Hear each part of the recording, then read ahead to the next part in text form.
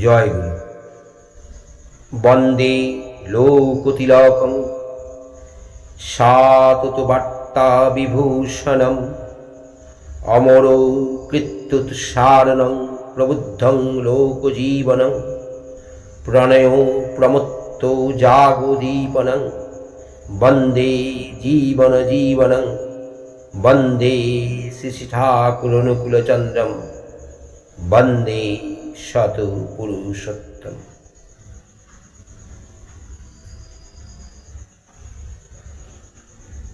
16ই আশ্বিন মঙ্গলবার 1346 বঙ্গাব্দ, ইংরেজি 31/6/1939 খ্রিস্টাব্দ। শ্রী শ্রী ঠাকুর আজ খুব ভোরে উঠলেন। উঠেই নিভৃত নিবাসে পায়খানা গেলেন।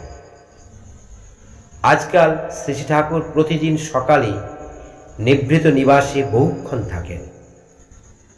আজও তেমনি ছিলেন।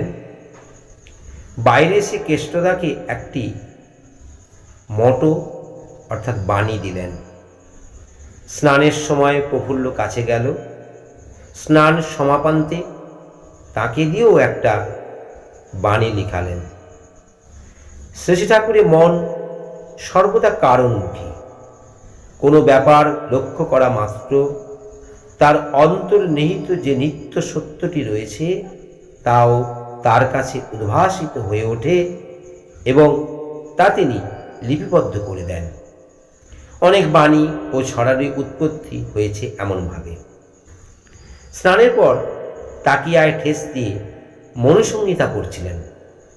6ষ্ঠ অধ্যায়ের 37তম শ্লোকটি বিশেষ করে পড়ে শোনালেন। শ্রী ঠাকুরের মনুসংহিতার 2য় অধ্যায়ে 28তম শ্লোকটি মুখস্থ করতে বললেন।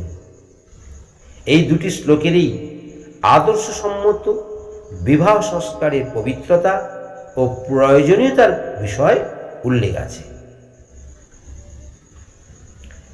অফার দেওয়া অর্থাৎ বরণ করা সম্বন্ধে রাখতে বললেন। অফার বা বরণ ছেলে খেলার ব্যাপার নয়। অপরিণত বয়সে যদি কোনো মেয়ে অফার দেয় অর্থাৎ বরণ করে, তা কনসিডার অর্থাৎ বিবেচনা করার যোগ্য নয়। মেলামেশার ফলে যে আকর্ষণ আসে তা কিন্তু ঠিক নয়। অফারে অর্থাৎ বরণ ব্যাপারে বাপ মার মতো থাকা উচিত। যে পুরুষ অফার দেবার প্ররোচনা যোগায় সে কিন্তু আদেও যোগ্য পুরুষ নয়। 17ই আশ্বিন বুধবার 1346 বঙ্গাব্দ, ইংরেজি 4/10/1939 খ্রিস্টাব্দ। শ্রী শ্রী ঠাকুর সকালে বাঁধের ধারে খড়ের ঘরে নিরালায় বসেছিলেন। একটি দাদা এসে তার দুর্বলতার কথা ব্যক্ত করলেন। শ্রী শ্রী ঠাকুর পৌরষ দৃপ্ত ভঙ্গিতে বললেন, পুরুষত্বের অবমাননা আমি সহ্য করতে পারি না। বড় কষ্ট হয়। সে কি পুরুষ মানুষ যে একটা মেয়ের প্রতি কামলোলুপতার জন্য জীবন বলি দিতে চায়? মানুষ একবারও ঘা খেয়েও যদি সাবধান না হয় তার আর কি করা যায়? ভদ্রলোকটি বললেন, পারি না যে। শ্রী শ্রী ঠাকুর উত্তেজিত কণ্ঠে বললেন, ভণ্ডামি করিস কেন? পারি না মানে? না পারার কথা বসে বসে ভাবিস, তাই পারিস না। চাস না, তাই পারিস না। ওসব ভণ্ডামি ন্যাকামি ছেড়ে দে। বাঁচতে চাস তো ঠিক পথে চল। তোর লজ্জা করে না? তুই মেয়েদের কাছে লাঞ্ছিত হোস। মেয়েরা যদি পুরুষকে ভালোবেসে কৃতার্থ বোধ না করে তাহলে কি হলো? মেয়েমুখ পুরুষকে মেয়েরা ঘৃণাই করে, সে মেয়ে যতই হীন হোক না কেন। একটি মেয়ের অভাব আর একজনকে দিয়ে পূরণ করতে চাইলে ডিস্টোরিয়েশন বিকৃতি হয়, জড়া পাকিয়ে যায়, অর্থাৎ পারভার্টেড সেক্সুয়ালি গ্রো করে, বিকৃত যৌনি আকুতি জন্মায়, সাবধান। পরে একটি মাকে কথা প্রসঙ্গে বললেন, মা হওয়া অত্যন্ত কঠিন ব্যাপার। রামপ্রসাদের গানে আছে, মা হওয়া কি সহজ কথা, প্রসব করলেই হয় না মাতা। বর্জাদপি কঠোরানি মৃদুনি কুসুমাদপি, হতে হবে, তা না হতো ছেলে পেলে মা থাকতে মা পাবে না। 18ই আশ্বিন বৃহস্পতিবার, 1346 ইংরেজি 5-10-1939 খ্রিস্টাব্দ। সকালে কটা বাণী দিলেন। দুপুরে ওল্ড টেস্টামেন্টে বর্ণিত নারী জাতির সৃষ্টি সম্বন্ধে গল্প করছিলেন। শ্রী ঠাকুরের গল্পগুলি এত জীবন্ত ও সরস, কথাগুলি এমন প্রাণবন্ত যে তাঁর মুখ থেকে কিছু শুনলে মনে হয় তা যেন প্রত্যক্ষ দেখা যাচ্ছে। সন্ধ্যায় বাঁধের পাশে গোপালদার অর্থাৎ গোপাল মুখোপাধ্যায়ের সাথে কথা হচ্ছিল।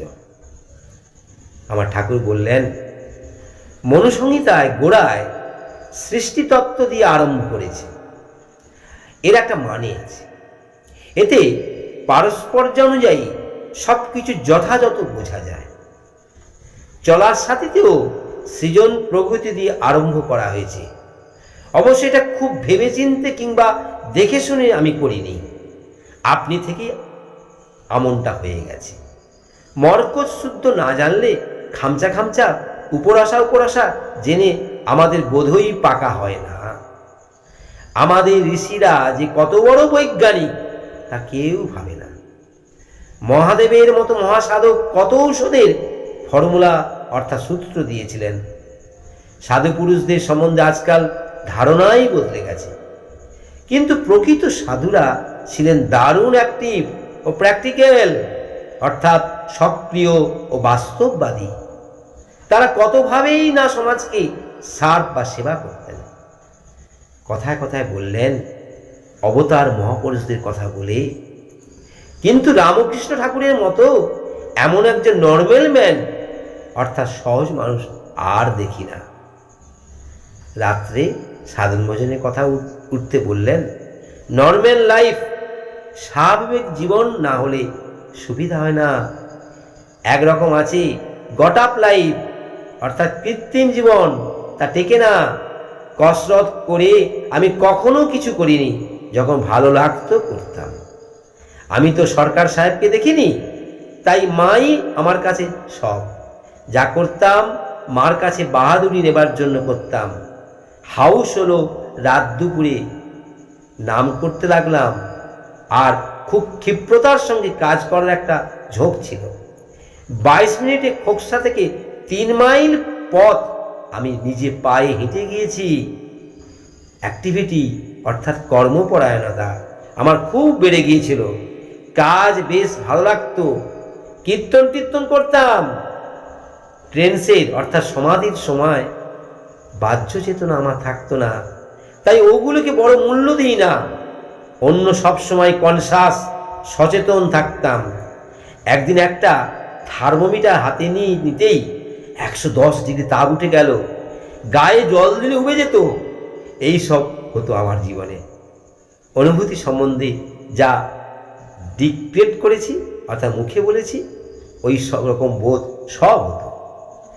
লোকে ভগবান মানেই বোঝে না, কিম্ভূত কিমাকার ধারণা নিয়ে চলে। কি যে করে তা কিছুই হয় না। যারা মহাপুরুষের সংসর্গ লাভ করে তারা সত্যই ধন্য হয়ে যায়। শত সাধনা করে যা বোঝা যায় না। নর্মালি অর্থাৎ সহজভাবে তারা বুঝতে পারে, দেখতে পারে।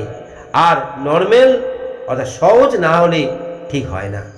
তবে শুধু কাছে থাকলে হবে না, অনুরাগের সঙ্গে তাকে অনুসরণ করা চাই। জয়।